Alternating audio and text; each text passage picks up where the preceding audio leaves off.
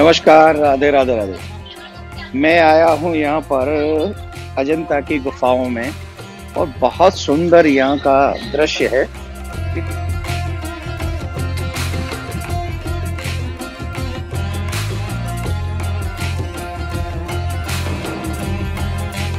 इतना सुंदर दृश्य बहुत मुश्किल से हम लोगों को देखने को हमारे इससे पता चलता है कि हमारे भारत में भगवान की कितनी मेहरबानी है, कितनी कृपा है।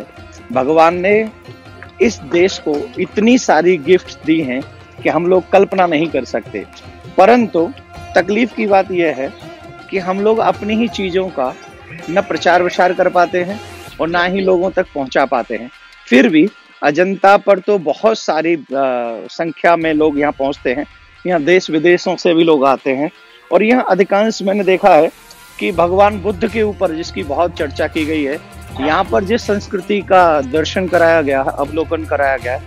हमारे यहाँ पर एक हैं जिनको आप लोग टूरिस्ट कह सकते हैं, वो मिस्टर पांडे जी, उन्होंने मुझे यहाँ पर बहुत अच्छी चीज़ें बातें बताई हैं। और आप यकीन मानिए कि उन कहानियों को, उन कथाओं को जो कि सच्ची हैं, एकदम यथार्थ है और जो हो चुका है उसको चित्र के रूप में इन गुफाओं में दर्शाया गया है।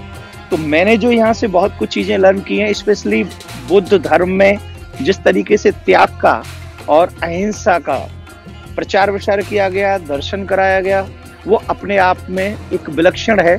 इवन ना सिर्फ मानव ही बल्कि एनिमल्स भी, पशु भी या अहिंसावादी हो गए, ऐसा दर्शन यहाँ पर चित्र के माध्यम से करवाया गया है।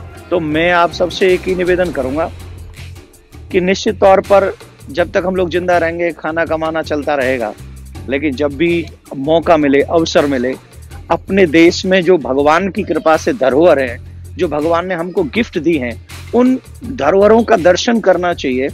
यहाँ मैं आपको बता दूं, जो मुझे पांडे जी ने बताया है, 2री सदी में इसका निर्माण किया गया है, बल्कि उसके बाद ही अन्य कई जिनको धर्म लोग कहते हैं वो धर्म आए हैं, लेकिन 2री सदी में इस गुफा का निर्माण किया गया है।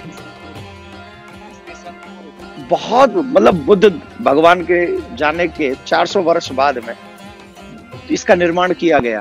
तो ये अपने आप में बहुत महत्वपूर्ण है और भगवान के द्वारा जो गिफ्ट हमको दी गई है, कईयों के चरित्र हमको बहुत कुछ देते हैं, इतना दे देते हैं। उनके चरित्रों को हमको चाहिए कि उनके चरित्रों से हम लोग सीखें, उनसे हम लोग लर्न करें। भगवान बुद्ध, उनके सानिध्य में आए हुए संत, उन्होंने अपनी पत्नी से किस तरीके से संन्यास लेने की और गृह त्याग करने की अनुमति मांगी।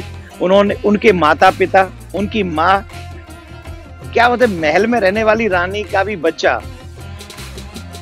जंगल में हो सकता है।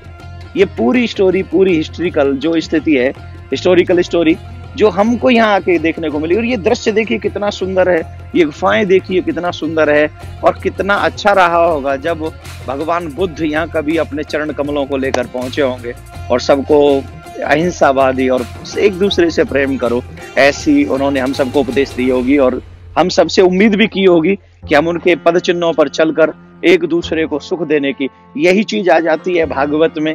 जो भागवत में हम लोग हमेशा कहते हैं, प्रार्थना करते, ईश्वर प्रार्थना करते, हे ईश्वर सब सुखी हो।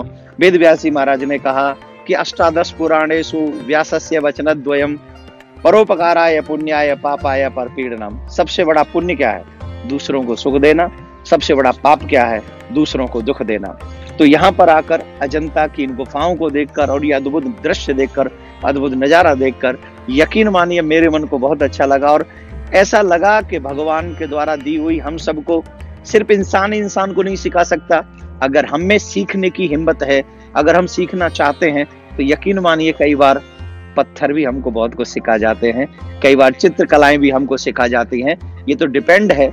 कई लोग तो स्कूल में जाके भी नहीं पास हो पाते हैं और कई लोग जंगलों में भी रहकर पास हो जाते हैं, जानवरों के साथ रहकर भी पास हो जाते हैं। तो अजंता की इन गुफाओं की सुंदरता को, अद्भुत दृश्य को देखकर बहुत आनंद आया। आप सबसे भी प्रार्थना करूंगा जब भी मौका मिले आप आइए और भगवान बुद्ध के पद चिन्हों पर जो उन्होंने मार्गदर्शन दिया अहिंसावाद का, प्रेम का, उसको आके यहाँ से लर्न करें और अपने बच्चों को भी कुछ न कुछ यहाँ से सिखा के ले जाएं।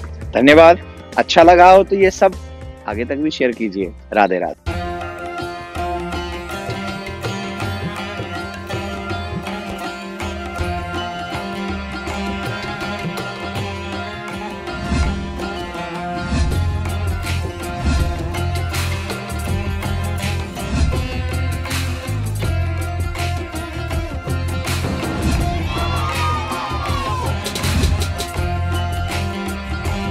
नमस्कार, राधे राधे राधे। मैं आया हूँ यहाँ पर अजंता की गुफाओं में और बहुत सुंदर यहाँ का दृश्य है।